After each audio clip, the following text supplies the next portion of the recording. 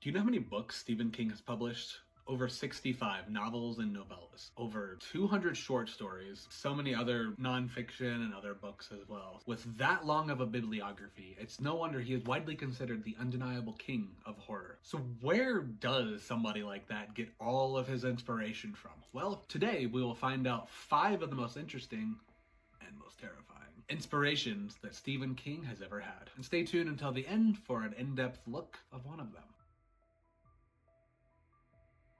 After writing Carrie and Salem's Lot, he wanted to have a change of pace for his next book. So he took out an atlas, pointed to a random spot, and thus he and his wife went to Boulder, Colorado, where they eventually stayed at the widely considered haunted Stanley Hotel. Quote from King, "I wanted to spend a year away from Maine so that my next novel would have a different sort of background." The Stand also is in Colorado, specifically Boulder, so he definitely double dipped on those two. And there's a Boulder connection in one of the later ones too, so stay tuned to see what weird inspiration he got while in Boulder, Colorado. On almost Halloween 1974, while living in Boulder, Colorado, he and his wife went to Estes Park to stay at the hotel. The Stanley Hotel is a 140-room colonial revival hotel in Estes Park, Colorado, about 5 miles from the entrance of the Rocky Mountain National Park. If you've never been to Colorado, you have to go to Estes Park and go to Rocky Mountain National Park. Whether you go to the Stanley or not, you should go to the Stanley. But go to Rocky Mountain National Park. It's just, if you've never been, it's mind-blowing. If you've never been into the mountains, get on a plane right now and go to Rocky Mountain National Park. It'll blow your mind.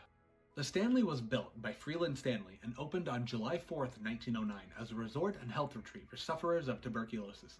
The hotel is still in operation today and includes a restaurant, spa, and a bed and breakfast that supports breathtaking views of the surrounding mountainous region. The coolest part to me about when the Kings were at the Stanley is the fact that when they showed up, it was the end of the season and no other hotel guests were there. So the Kings got to stay at the Stanley Hotel by themselves. Knowing the history of the Stanley Hotel, one, it's open all year round now, and so there is no close of the season. So being able to be in the Stanley Hotel by yourself as the only guests would be the craziest thing ever. Because when they were set to be, they were set to close literally the next day on, I would assume, Halloween, because they got there on the 30th, and it says it was supposed to be the next day that they were going to close. So that's just crazy to me. Also, they stayed in the most haunted room, or one of the most haunted rooms, room 217, which was Elizabeth Wilson's room. If you want to know more about Elizabeth Wilson, stay tuned until the end to find out more.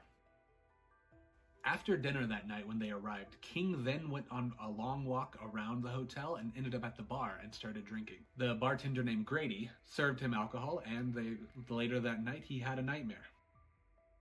In King's own words, "That night I dreamed of my 3-year-old son running through the corridors, looking back over his shoulder, eyes wide, screaming. He was being chased by a fire hose. I woke up with a tremendous jerk, sweating all over within an inch of falling out of my bed. I got up, lit a cigarette, sat in a chair looking out the window at the Rockies, and by the time the cigarette was done, I had the bones of the book firmly set in my mind." In addition to that, Jack Torrance's struggles with addiction are also based on King's old problems with alcohol. Next up, Cujo. Apparently for Cujo, even though I think of St. Bernards as being like really gentle giants, and that's kind of what Stephen King bases, he kind of starts Cujo being out in the beginning, is like this very nice, lovable giant St. Bernard, slobbery, very much like the Beethoven movies. But after he gets rabies, he just goes crazy and is a killing machine, which in all honesty, the fact that it's rabies made it to where I thought it was a way more interesting book. But how he got inspired by that is he took his motorcycle one day to go to a mechanic, and the mechanic had a St. Bernard who did not like Stephen King, and he was growling at him and about to lunge at him before the mechanic stopped him, and where Stephen King almost got bitten. Doubtful it would have been rabies, but still, that would really stick with you if a giant, like 200-pound St. Bernard just hated you and he just came at you. The dog's owner said that he was normally never like that. "I guess he don't like your face," King recalled the owner saying. This, along with a news report about a young kid that was killed by a St. Bernard, made Cujo happen. Also, speaking of King's alcoholism from whenever we were talking about the Stanley, he barely remembers writing Cujo, and he really likes the book, but he does not remember actually writing it. He says he likes the book and wishes he could remember enjoying the good parts as he put them on the page. So, yikes. Not knowing that you wrote an entire book, not even remembering that you wrote the book. And it's actually a pretty good book. If you've never read Cujo, I liked it. Kind of funny that the thing that inspired King, other than probably living in Colorado with the rural Colorado setting, is the fact that he wrote so much horror and that's what he was known for. But when he wrote the Eyes of the Dragon novel, which again, I like, if you like fantasy, Eyes of the Dragon is actually a really well written fantasy novel. But at the time, in like the 1980s, I believe is whenever he wrote the Eyes of the Dragon, people did not like it and a lot of them rejected it. So he felt the rejection and the resentment of the fans of the way that he chose what he wanted to do with his career versus what the fan wanted in his career. And so the idea of Misery was born.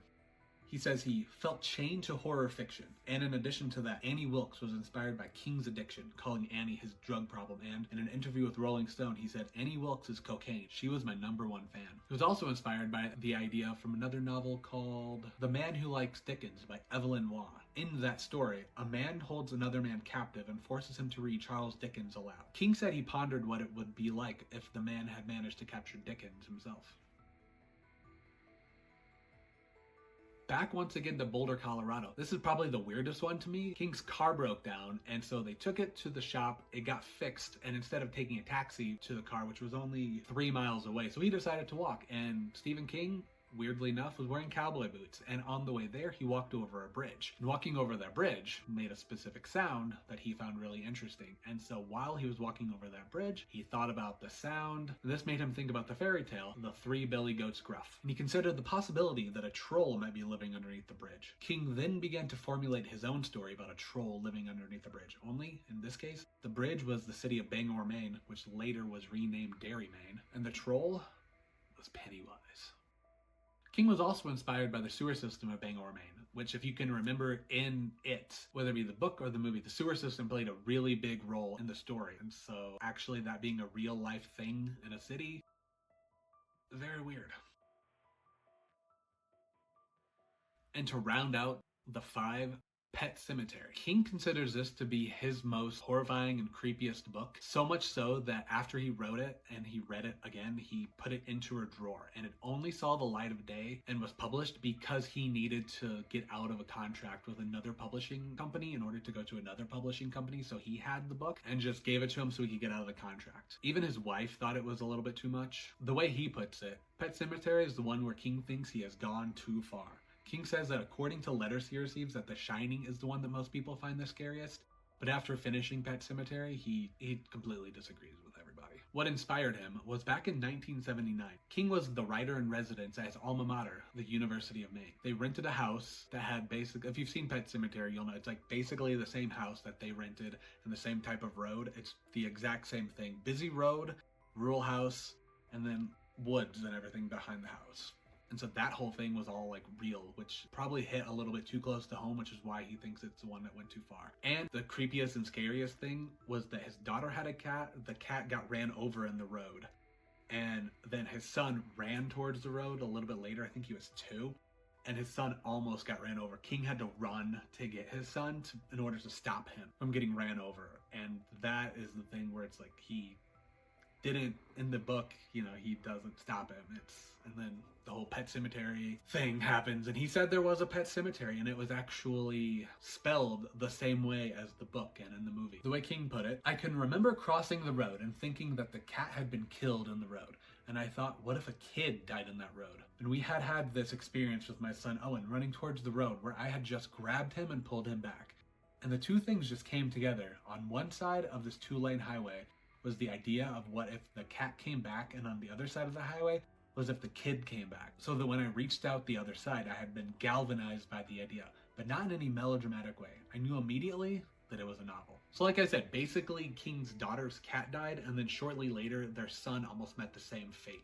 He then, like so many others, went down the rabbit hole and explored the worst of the worst case scenarios.